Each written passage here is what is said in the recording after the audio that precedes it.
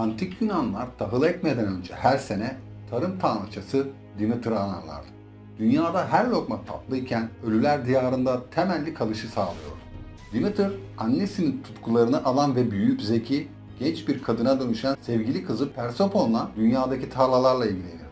Fakat bu sırada biri aşağıdan onları izliyordu. Persephone, tatlı su nenfi Cyne ile bir gün çayırda eğleniyordu. Çiçek açan bir nergise hayranlık duyarken yerin titrediğini fark ettiler.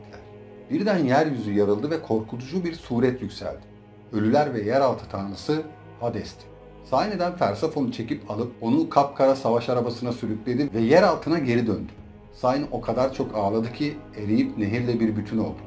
Demeter kaçırılma yerine gelesiye kadar çayırdaki yarık kapandı. Cyne ve Persephone ortadan kayboldu. Demeter yardım istemek için hızla Olimpos Dağı'na gitti. Tanrıların çoğu olaya şahit olmuştu ve buna yol açan anlaşmadan haberdarlardı. Persephone'un babası Zeus, kızının ya da Demeter'ın rızası olmadan Hades'e kızı vermişti.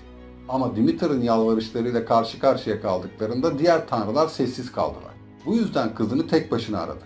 Keder ve çaresizlik içindeyken her zamanki görevlerini ihmal etti.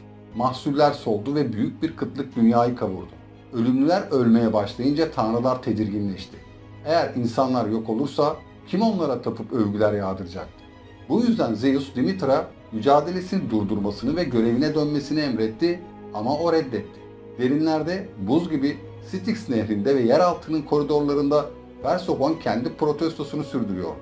Hades ondan eşi ve kraliçesi olarak hizmet etmesini bekliyordu. Ama Persephone Tanrı'nın yakınlaşma çabalarını tersleyip yemek yemeyi reddetti. Annesini, arkadaşlarının kahkahalarını ve güneşin sıcaklığını özlerken Persephone gitgide yalnızlaştı ve üşüdü. Açlıktan ölüyordu da. Doyurucu tahılları, gevrek sebzeleri ve taze meyveleri çok özlemişti. Ürkütücü bahçede gezinirken daldan sarkan narlara daldı. Bu esnada Demeter avına devam ediyordu. Her şeyi gören güneş tanrısı Helios'a başvurdu. Güneş ışıkları mahsullerini ısıtalı uzun zaman olmuştu. Aslında o vahim günde Helios altın sarısı savaş arabasını gökyüzünde çekerken ne olduğunu görmüştü ve anlaşmadan haberdardı. Demeter'ın sevgisi ve hatırına Helios, Hades'in taleplerini, Zeus'un ihanetini ve Persephone'un kaçırılışını ona anlattı. Kalbi kırık ve küplere binmiş Demeter, Olimpos Dağı'na gidip Zeus'la yüzleşti. Kızının dönmesini talep etti. Ama Zeus reddetti. Açlıktan gözü dönmüş bir halde Persephone, yer altında yetişen narın tanelerinden birkaçını yemişti. Az bir miktar olsa da onu sonsuza dek Hades'e kaptırmak için yeterliydi. Demeter bu kaderi kabul edemezdi. Eğer Persephone'a kavuşmazsa tarlaların bir daha asla verimli olamayacağına yemin etti ve dünya ile yeraltı dünyası arasındaki ayrım çok geçmeden kalkacaktı. Bu yüzden bir anlaşma yaptılar. Her yılın 2/3'ünde Persephone yaşayanların diyarına geri dönebilecekti. Ama geri kalan zamanda ölülerin diyarında kalacaktı. Persephone dünyaya çıktığında anne kız çok sevindi. Birlikte tarlaları yağmurla sulayıp güneşle beslediler. Ölümlüler için Persephone'un gelişi baharın gelişini müjdeliyordu. Ama dönme zamanı hep çabuk geldi. Hades'e her dönüşünde Demeter yas tuttu. Yeryüzü soğudu, karardı ve sertleşti. Kış ayları geldi.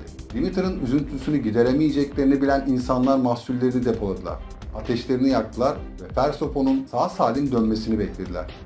Onun diyarlar arasındaki geçişleri mevsimlerin değişimini ve yaşamla ölüm arasındaki acı tatlı uzlaşmayı gösteriyor.